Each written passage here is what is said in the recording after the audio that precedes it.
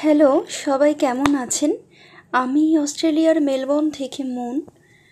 আমি আছি মোটামুটি, আর আপনারাও হয়তো আমারই মতো বা আরও খারাপ মন নিয়ে আছেন।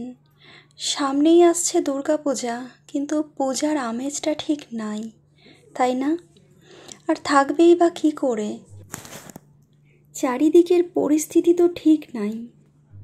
আর এই মানসিকতায় কি ভালো লাগে সুন্দর করে অন্য আনন্দ করার কোনো ব্লগ পোস্ট করি বা কোথাও ঘুরতে যাই?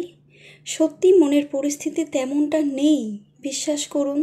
তার জন্য ব্লগ দিতে ইচ্ছাই করছে না। এমনিতেই আমি ব্লগ খুব কম পোস্ট করি, সেটা আপনারা দেখেনি।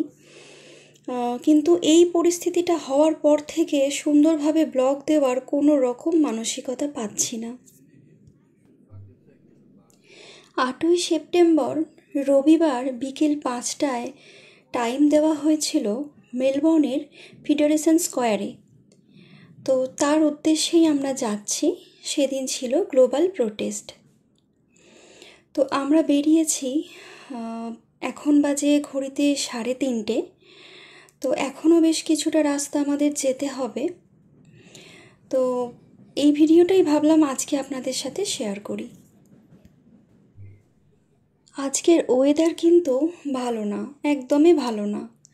যেখানে আমরা থাকি সেখানে আমি ওয়েদার চেক করেছিলাম, বৃষ্টি কিন্তু দেখায়নি। তার জন্য আমি সেরকমভাবে প্রিপারেশান নিয়েও আসিনি। এমনিতেই মেলবোর্নে কোথাও বেরোতে গেলে ছাতা একটা সাথে রাখতে হয়, কিন্তু বৃষ্টির দিন থাকলে দুটো রাখাটা দরকার, যেহেতু আমরা 4 জন।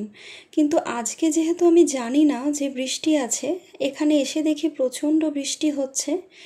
তো 5টায় টাইম দেওয়া হয়েছে, আমরা পৌঁছেও গিয়েছি, কিন্তু একটা ছাতার জন্য খুবই অসুবিধা হচ্ছিল ছেলে মেয়েকে নিয়ে একসাথে দাঁড়িয়ে থাকতে। তাই ছেলে মেয়েকে একটু দূরে রেখে আমি আর আমার হাজব্যান্ড দাঁড়ালাম এবং যোগ দিলাম। এবং আমাদের সেদিনের স্লোগান ছিল, বিশ্বজুড়ে উঠল ঝড়, জাস্টিস ফর আরজি কর। এবং শুধু তাই নয়, বিভিন্নভাবে আমরা স্লোগান, বিভিন্ন রকম কবিতার মাধ্যমে আমরা প্রতিবাদ জানিয়েছি। প্রত্যেকে এখানে দেখুন হাতে একটা করে প্ল্যাকার্ড নিয়ে আছে এবং সাথে ছাতা।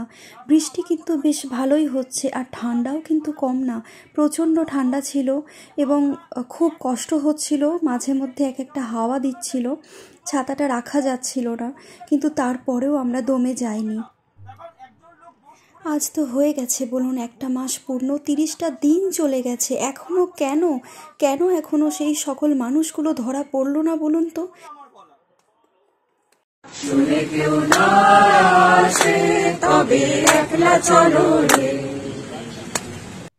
কেন দোষীরা এখনও শাস্তি পেল না বলুন তো?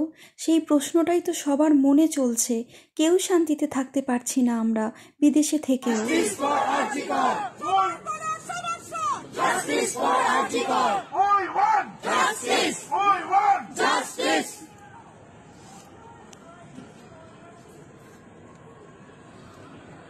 Thank you, Shilpa. As someone said, very relevant, thought-provoking questions. I'm ready to go now.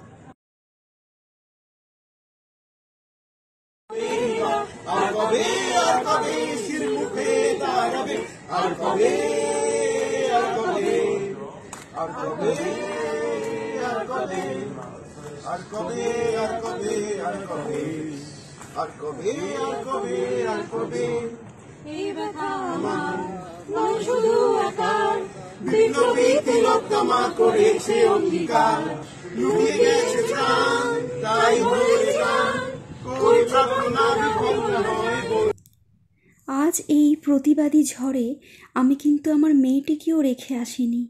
বেশ যখন প্রচণ্ড পরিমাণে বৃষ্টি পড়ছিল তখন তাকে আমি শুধুমাত্র দূরে রেখেছিলাম, কিন্তু একটু বৃষ্টিটা কমতেই আমি তাকে নিয়ে এসে সেই প্ল্যাকার্ডটা দিয়ে দাঁড় করিয়ে দিয়েছি। কারণ যুদ্ধটা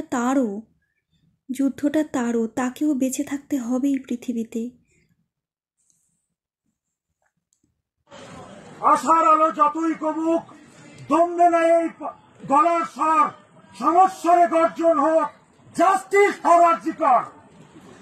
ওই মেয়েটির ব্যথা চিৎকার বাজছে কানে নিরন্তর, ওই কান্নার কঠিন শোধ তুলবেই আর আরজিকর। মানব মুখোশ পিশাচগুলো হেলায় ঘুরছে আট প্রহর, মুখোশ টেনে খুলতেই হবে। ইনসাফ চাই আজিকর। মা বোনদের রক্ত চোখে অট্টহাসি আমরা সবাই মিলে বিভিন্নভাবে প্রতিবাদ চালিয়ে গেলাম। জানি না এর বিচার কি হবে। অবশ্যই আমরা আশা রাখছি ভালো কোনো বিচারের অপেক্ষায় দিন গুনতে থাকবো আমরা। এদিকে দেখুন আমার মেয়েটি, সে তার জ্যাকেট থেকে হাতটা বেরও করতে পারছে না ঠান্ডায়, কিন্তু তবুও সে এতটুকুও বিরক্ত হয়নি। তো হয়ে গেছে আমাদের, এবার বাড়ি ফিরতে হবে। অনেকটাই বেজে গেছে, মানে আমরা প্রায় ওখানে 1.5 ঘন্টা ছিলাম ওই বৃষ্টির মধ্যে। আর বৃষ্টিটা কিন্তু কন্টিনিউ হয়েছে, মানে 1.5 ঘন্টা কিন্তু ওখানে বৃষ্টি হয়েছে, বেশ ভালো মতো বৃষ্টি হয়েছে। প্রথমের দিকে প্রচণ্ড বেশি ছিল, পরে আস্তে আস্তে একটু কম হলো। তো সেজন্য আমরা তো একটু ভিজে গেছি সবাই, তার জন্য আর কোনো রকম দেরি করলাম না, একেবারে যাচ্ছি বাড়ি। তো জানি না বাড়ি গিয়ে আবার অসুস্থ হয়ে পড়বো কিনা, কারণ প্রচণ্ড ঠান্ডা, তো ঠান্ডার মধ্যে আবার বৃষ্টিতে ভিজলাম। তো যাই হোক, ভিডিওটা এখানেই শেষ করছি। সকলে ভালো থাকবেন। আর পরবর্তী ভিডিও নিয়ে অবশ্যই আসব, কিন্তু কবে আসব বুঝতে পারছি না। ভালো কোনো ভিডিও দেওয়ার যেহেতু মন মানসিকতা ঠিক নেই, তো সত্যি জানি না নেক্সট কবে আমি ভালো ভিডিও আনতে পারবো। ততক্ষণ পর্যন্ত সকলে ভালো থাকবেন, খুব সাবধানে থাকবেন।